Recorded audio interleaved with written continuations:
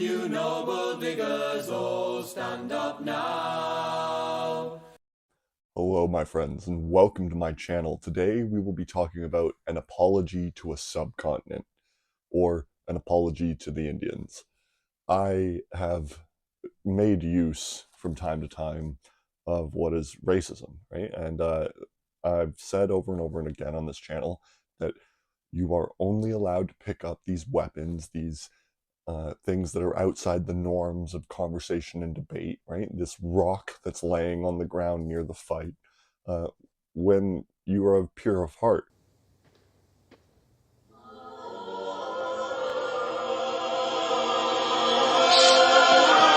right? When it's acceptable according to the norms of history, right? If the fascists have decided that no holds barred, then that no holds barred applies, right? But collateral casualties or collateral damage just because I'm kicking Sagar and Jetty from breaking points down his own racial hierarchy doesn't mean that my brothers and sisters deserve the same, right? And so I wanted to talk about what the plan for what the subcontinent will be after the revolution, right? And there will be major reform. The government of India right now is it's fascist, it's Nazi, right? Modi's disgusting. Modi is a sick man. I I have nothing but contempt for the various governments of the subcontinent, but the peoples there are incredible, right? And the governments there even are, it's not their fault, right? The British did this to them, that they were divided such that communism couldn't take hold in the timeline that the British expected the Americans to fuck up, right? In the timeline the Americans were going to mess up world hegemony.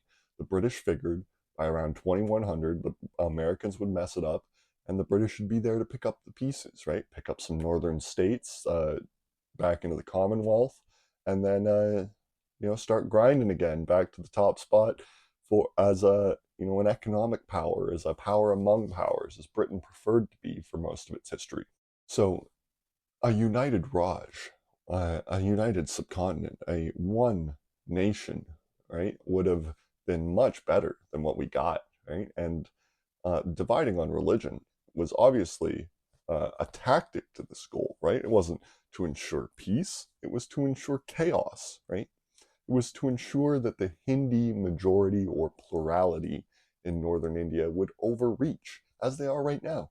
They want Hindi and Hinduism to be uh, the state religion and language, right? And they're trying to push it, right? You missed your chance, right? That should have been done 3,000 years ago, 2,000 years ago.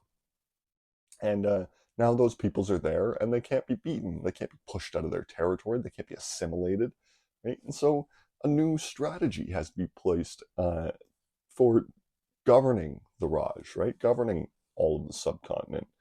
And to me, it's simple, right? It's simple. You place these peoples into language blocks, right? Not religious blocks, but language blocks. It's messy, it overlaps. We'd have to do some carving and some moving, but basically these people are separated by language already, right? And so you should have a confederation, right? A loose confederation of countries, right, that only cooperate for basically national defense. And are you should even consider their constitution for this new confederation of amalgamated and confederated language blocks to have more demands from the UN, the new UN we will set up, than from their nation, right? And so I'm going to read the languages that I think should be divided into, right? And there's lots of them, right? And India's huge, so there's lots of land. And these peoples, if they had their own territories and were dealing with each other in good faith, would all grow stronger and better together, right? But there's the Marathi, the Telugu, the Tamil, the Malayalam, the Odia, the Bengali, the Gujarati, the Kannada, the Punjabi, the Pashto, and the Sindhi. All of India can be divided up into these spots, and then in the major North Plain where the Hindi majority is, where the capital of New Delhi is, I believe that there should be a different governance model there. The capital district can serve as the parliament for all the language blocks to get together, but that the language block of the North Indian plain is too big, too dominant compared to its neighbors, right? To its southern and western and eastern neighbors. And so what it'll have to do is be governed differently than the rest of the language blocks. And I mean basically independent counties, right? And so that the county of New Delhi will be super important as it was under the Mughal emperors, right? It's actually kind of like the Mughal emperors that I'm kind of drawing from here.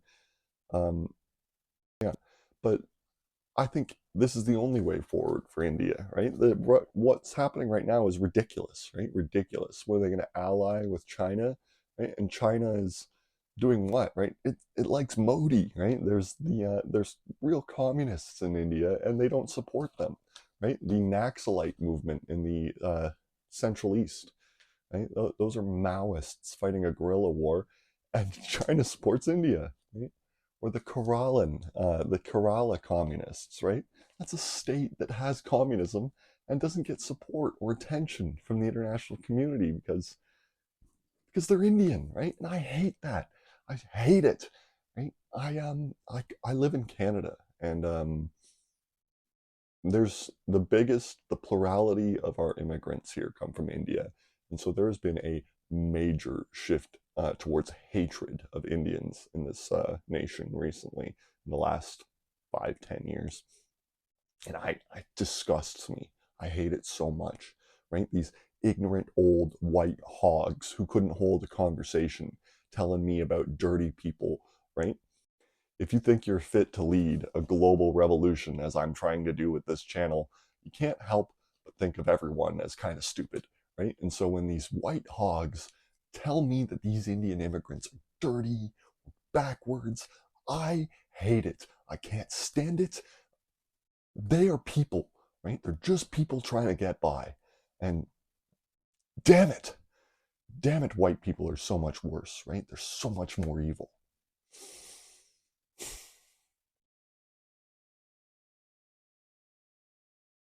So I apologize to the subcontinent. I apologize to its people. I apologize to my brothers and sisters. I apologize to my comrades. I presented this plan in good faith. I think it's a good plan. I think it'll work. I think when presented with it, the many minority languages that I read off will snap at one to you know eat it up to take that deal, and but the Hindi plurality will probably have to have it enforced on them because they have this fascist Modi Nazi fucking thing that they're doing. Okay, have a nice day. Hello, you've made it to the end of the video. Thank you. This channel has one mission: to prevent civilizational collapse associated with climate change, to prevent 100 million refugees by 2035, to stop 7 billion from starving to death by 2075. And we will do this through one main vehicle. We mean to unite the Anglosphere. We will do this by convincing the Commonwealth of His Majesty King Charles III to apply for statehood as one. And then with this new power, we will be able to negotiate in good faith with the rest of the world on how to tackle this crisis. Thank you and enjoy.